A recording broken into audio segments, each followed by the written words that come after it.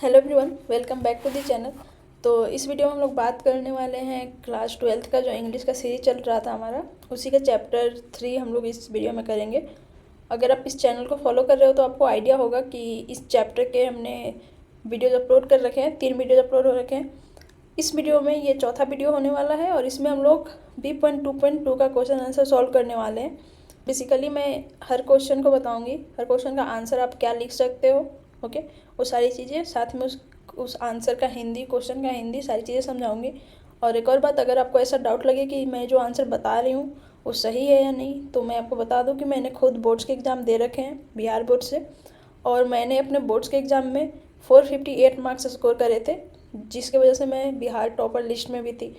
तो इससे आप अंदाज़ा लगा सकते हो कि मेरा एक्सपीरियंस काफ़ी सही था, और मैं अपने एक्सपीरियंस को आपके साथ शेयर करना चाहती हूँ ताकि आप भी अच्छे से अच्छे मार्क्स स्कोर कर सको।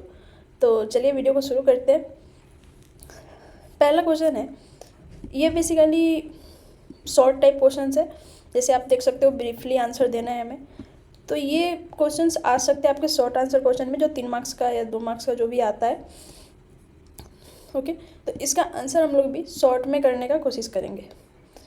तो पहला क्वेश्चन है, the under secretary always obeyed Nanu Kaka although he was never willing to do so. Basically बोला जा रहा है क्वेश्चन में, जो अंडर सेक्रेटरी थे वो नानू काका को हमेशा नानू काका के आज्ञा का पालन करते थे, जबकि वो उनको पसंद नहीं करते थे, जबकि वो ऐसा करना नहीं चाहते थे। फीलिंग मतलब चाहना, तो वो कभी ऐसा करना नहीं चाहते थे, फिर भी वो हमेशा उनके आज्ञा का पालन करते थे। ऐसा क्यों? ओके, तो इसका आंसर मैंने लिख रखा है, ठीक है। मैं पहले आपको समझा देती हूँ कि इसका आंसर क्या होगा। तो आपको पता होगा कि जो नानू काका थे वो अंडर सेक्रेटरी के मामा जी थे, उनके माता के भाई थे। और अंडर सेक्रेटरी जो थे अपने माँ की हर बात को मानते थे, और अपनी माँ को खुश करने के लिए वो नानू काका के भी हर बात को मानते थे। तो ये मेन पॉइंट है, लेकिन इसको हम आंसर के तौर पर कैसे लिखेंगे ताकि एग्जामिनर को अच्छा लगे, इस चीज़ को मैं आपको दिखाती हूँ। तो यहाँ मैंने आंसर लिख रखा है, जैसे आप देख सकते हो। क्वेश्चन तो सेम मैंने बता दिया, आंसर में होगा the under secretary was very obedient to his mother. जैसा कि मैंने बताया, वो अपने माता के आज्ञा का पालन करते थे। एंड नानू काका वाज हर ब्रदर, नानू काका उनके माता के भाई थे। दैट इज़ वाई, इसी कारण से the under secretary always obeyed Nanu Kaka although he was never willing to do so. Okay, तो ये आप लिखोगे आंसर में आपके, और ये सेम चीज़ है जो मैंने अभी आपको समझाया। ओके, चलिए आते हैं दूसरे क्वेश्चन पर। दूसरा क्वेश्चन है, दिस, आपको दिख रहा होगा, आई होप सो, मैं थोड़ा बड़ा कर लेती हूँ।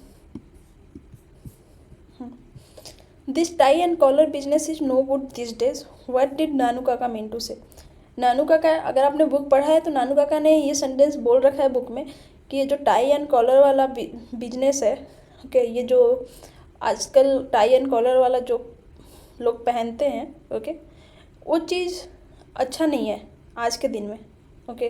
तो इसका मतलब इस वाक्य से नानू काका का क्या मतलब है, ठीक है। अगर मैं अपने शब्दों में बताऊं आपको, तो बेसिकली आपको याद होगा जब नानू काका मिनिस्टर से मिलने जाते हैं तो वो तैयार होते हैं, और वो फिर तैयार होते होते पगड़ी वगैरह के साथ तैयार होते हैं, और फिर उस टाइम ये सेंटेंस बोलते हैं कि जो टाई कॉलर वाला चीज़ है वो आज के ज़माने के लिए, दिस डेज के लिए अच्छा नहीं है, ओके।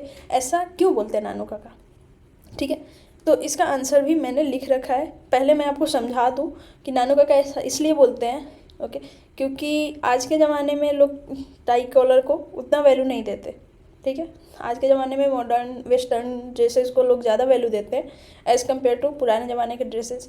तो इन चीज़ों के बारे में यहाँ डिस्कस होता है, ओके।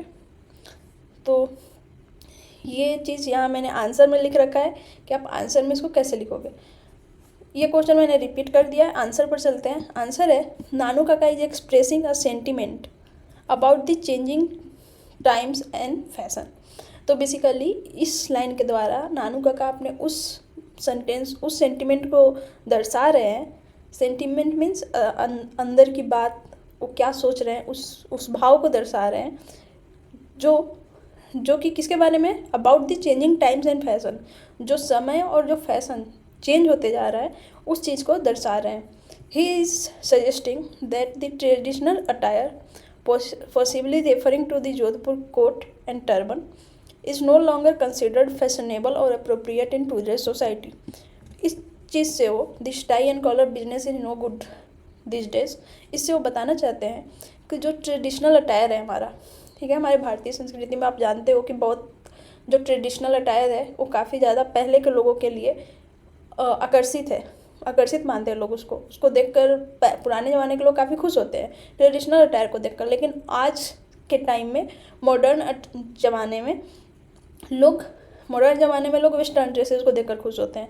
तो उसी चीज़ को नानू काका बता रहे हैं कि वो सजेस्ट कर रहे हैं, he suggesting that the traditional attire, जो हमारा ट्रेडिशनल अटायर है, अटायर मीन्स कपड़ा, possibly referring to Jodhpur coat and turban.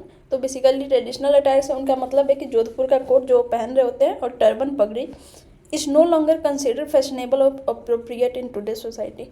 वो आज के सोसाइटी में फैशनेबल और अप्रोप्रिएट मतलब अच्छा नहीं समझा जाता है। ओके, ऐसा होता है। He implies that modern attire और styles have taken precedence over traditional ones. तो वो इस लाइन के द्वारा वो ये बताना चाहते हैं कि जो मॉडर्न अटायर है, जो वेस्टर्न अटायर है, जो आज के ज़माने का कपड़ा और स्टाइल है, वो हमारे ट्रेडिशनल पुराने ज़माने के कपड़े और स्टाइल से ऊपर उठ चुका है। ओके, तो ये बेसिकली इसका मतलब हुआ। आते हैं थर्ड क्वेश्चन पर। How did the under secretary change his appearance to accompany Nanu Kaka. Under secretary ने अपने अपीयरेंस को कैसे चेंज किया नानू काका का साथ देने के लिए। ओके, तो बेसिकली इसका आंसर यहाँ मैंने लिख रखा है। पहले मैं आपको इसका आंसर समझा देती हूँ कि इसमें पूछा जा रहा है कि अपीयरेंस मीन्स हम जैसा दिखते हैं। तो अंडर सेक्रेटरी जो थे उन्होंने क्या करा नानू काका को का साथ देने के लिए। तो बेसिकली उन्होंने आपने बुक पढ़ा होगा तो आपको आइडिया होगा कि उन्होंने जोधपुर वाला कोट पहन लिया था और टर्बन लगा लिया था अपने सर पे। ओके, पगड़ी भी बांध ली थी। क्यों? नानू काका के साथ जा रहे थे, नानू काका ऐसे वस्त्र धारण किए हुए थे, तो इसलिए उन्होंने भी ऐसा करा। तो उसी चीज़ को हम यहाँ लिख रहे हैं। आप देख सकते हो, आप एग्जाम में ये लिखोगे, to accompany Nanu Kaka the under secretary changed into a Jodhpur coat and Nanu Kaka tied a large orange turban around his head. Okay, वो एक जोधपुर कोट पहने और नानू काका ने उनके सिर पे बड़ा सा नारंगी रंग का पगड़ी बांधा। नानू काका instructed him to act as though he were his assistant. और पगड़ी बांध के उन्होंने बोला कि तुम इस तरह से एक्ट करना, इस तरह से एक्टिंग करना, इस तरह से चलना कि तुम मेरे असिस्टेंट हो। ओके, अब आते हैं चौथे क्वेश्चन पर। चौथा क्वेश्चन है,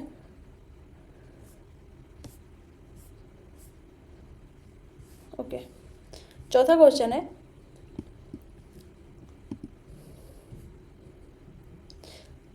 क्वेश्चन है, हु इज अ जमींदार। डू यू नो एनी जमींदार in your locality. What do the people in your locality think about him. तो ये एक पर्सनल क्वेश्चन टाइप है।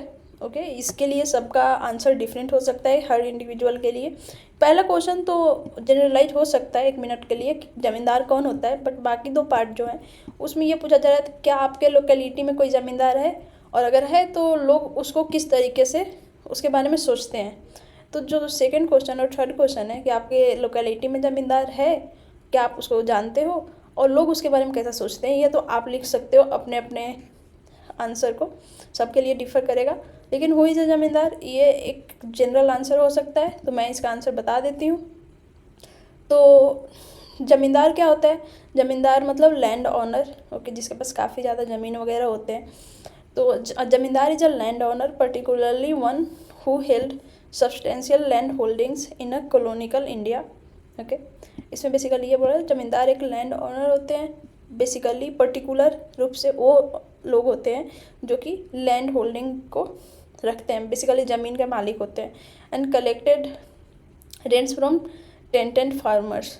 तो आपको अगर कभी आप गांव वगैरह में गए होंगे तो आपको आइडिया होगा कि वहाँ गांव में लोगों के बहुत ज़्यादा खेत होते हैं।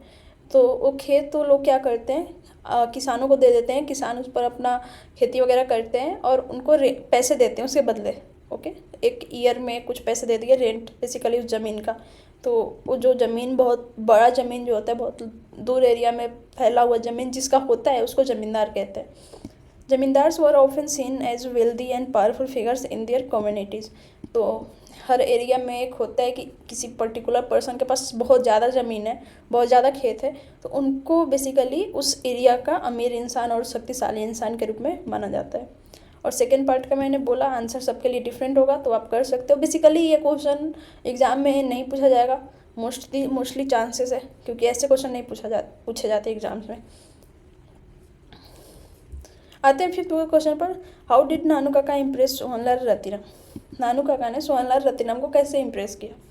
ओके, इसका आंसर मैंने लिख रखा है। तो आपको कहानी अगर आपने पढ़ा है बुक तो आपको आइडिया होगा कि नानू काका जब सोहनलाल रतिराम के पास जाते हैं तो वहाँ पे उनकी बातचीत होती है कि सोहनलाल रतिराम अपने बेटे को भेजना चाहते हैं हज़रत बरकत अली के यहाँ एज अ ट्रेड कमिश्नर, लेकिन वो भेज नहीं पाते हैं क्योंकि हज़रत बरकत अली मना कर देते हैं।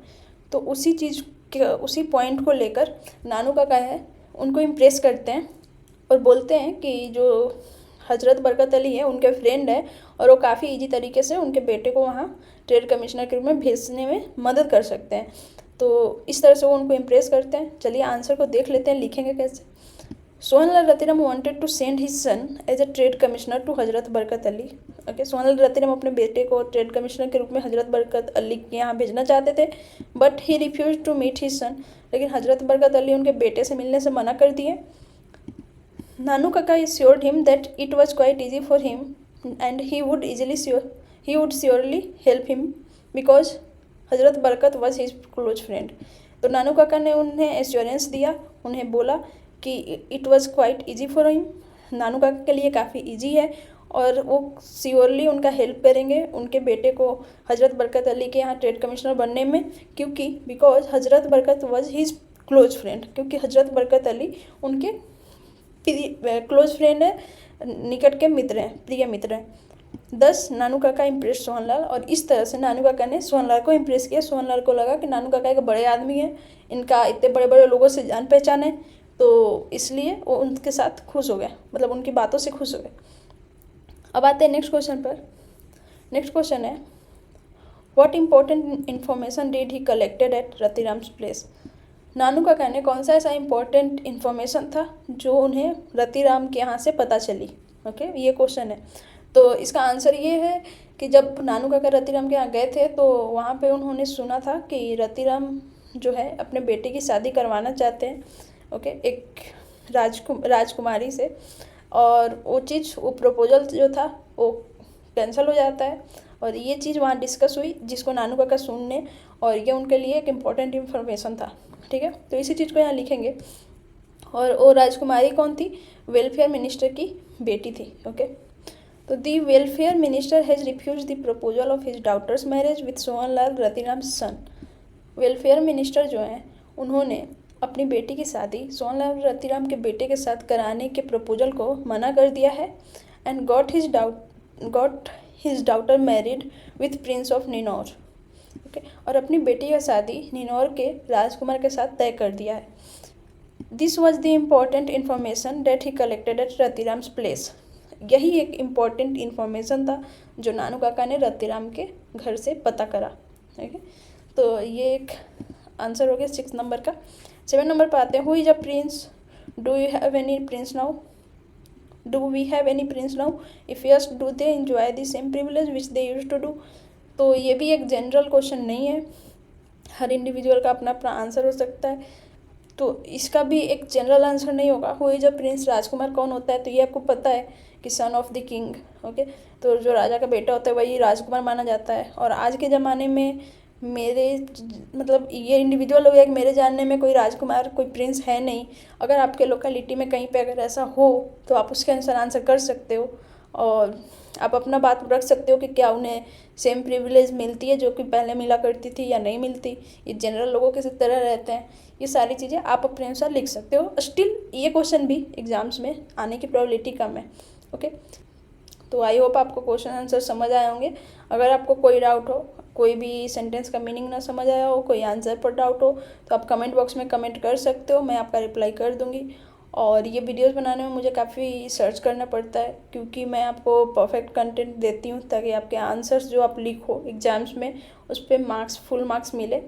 तो अगर आपको वीडियो पसंद है तो आप चैनल को सब्सक्राइब करो, वीडियो को लाइक करो और फ्रेंड्स के साथ शेयर करो। मिलते हैं नेक्स्ट वीडियो में। Thank you.